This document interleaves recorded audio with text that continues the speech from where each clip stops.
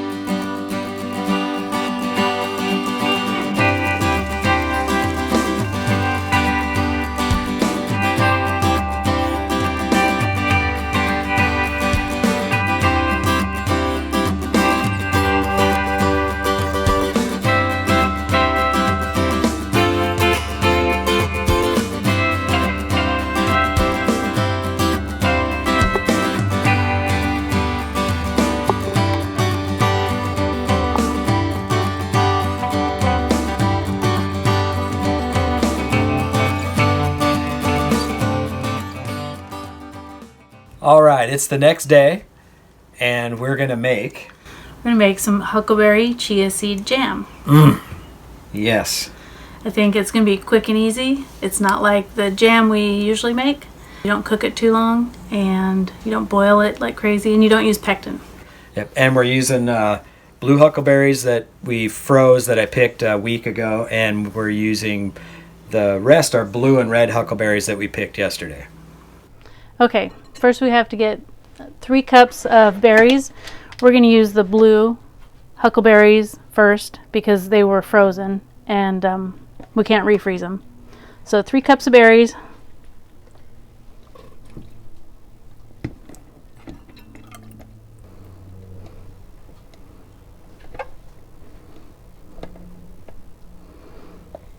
I just don't want to make a mess.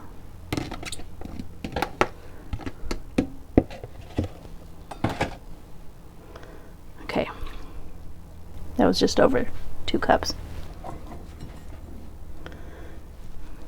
And a 1/3 cup.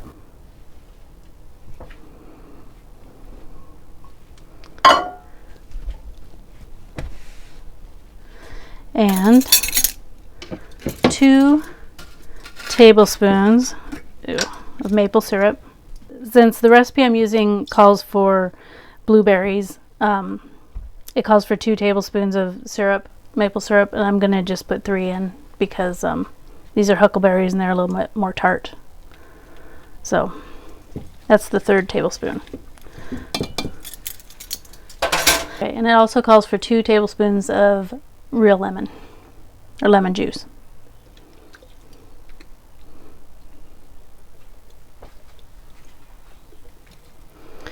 And you cook it for 5 minutes. We're going to go out to our outdoor kitchen where we have our camp stove that we're using. Here's our little camp stove. We've had it for many years. We had a hot plate in the kitchen. Actually, we've had a couple of them, but they don't really seem to last. So we're going to use our outdoor kitchen this summer. So these have to cook for about 5 minutes. I have a slotted spoon so I can start mashing them a little bit. I don't have a potato masher, otherwise I might use that. But cook them for about 5 minutes with the lemon juice and the maple syrup.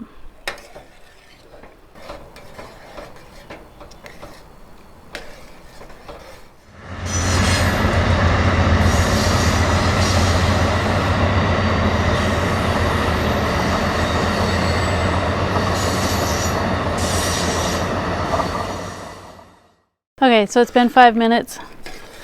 It's been boiling away. I've been stirring pretty consistently, mashing berries as I go. So the recipe calls for a 1/4 cup of chia seeds.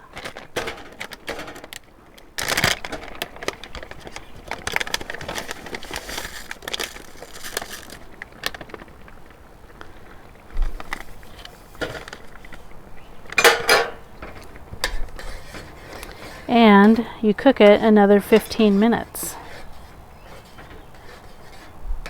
So we're going to let this cook. I'll check on it once in every few minutes, make sure it's still cooking and not burning. And we'll be back in about 15 minutes.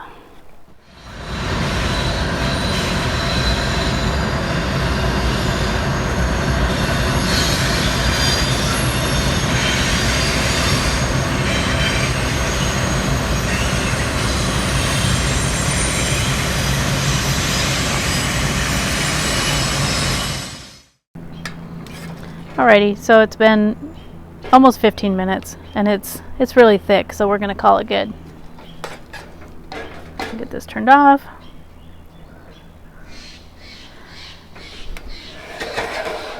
Kind of let it cool. Alrighty, we're gonna finish this up inside.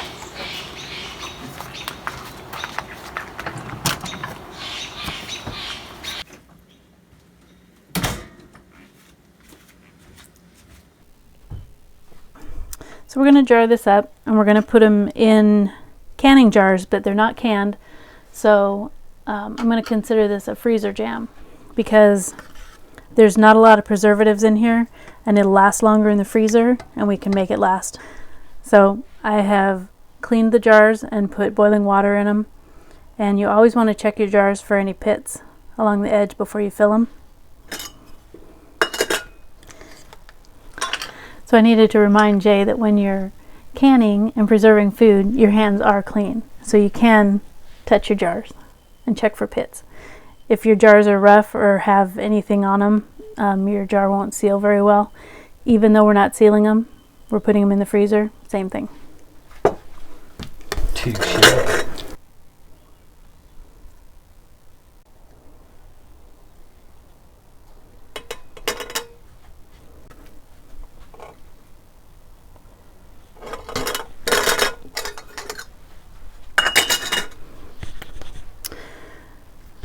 I'm just going to leave it at that to put them in the freezer. I've had jars crack in the freezer before when I didn't leave enough room, so I think that's good.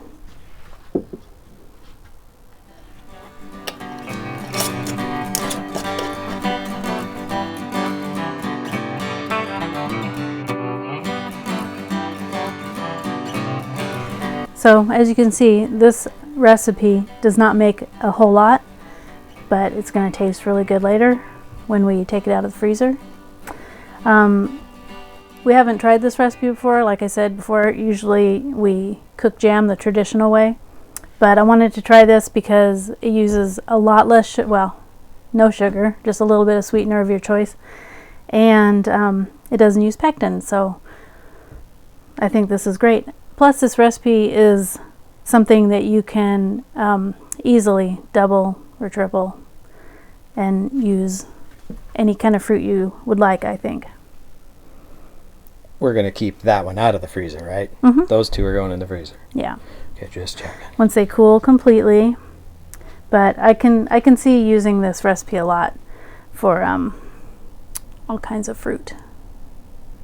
So before we jarred these up, Jay and I did taste it to see if we wanted to add more syrup. And I think you could easily add more sweetener if you wanted to, but huckleberries are kind of tart, so we decided to just leave it with the 3 tablespoons of maple syrup. So anyway, the recipe will be down below in the description, and I hope you try out the recipe. I think it'll be great on some biscuits with butter. I'm Jen from Almost Homestead. Thanks for watching.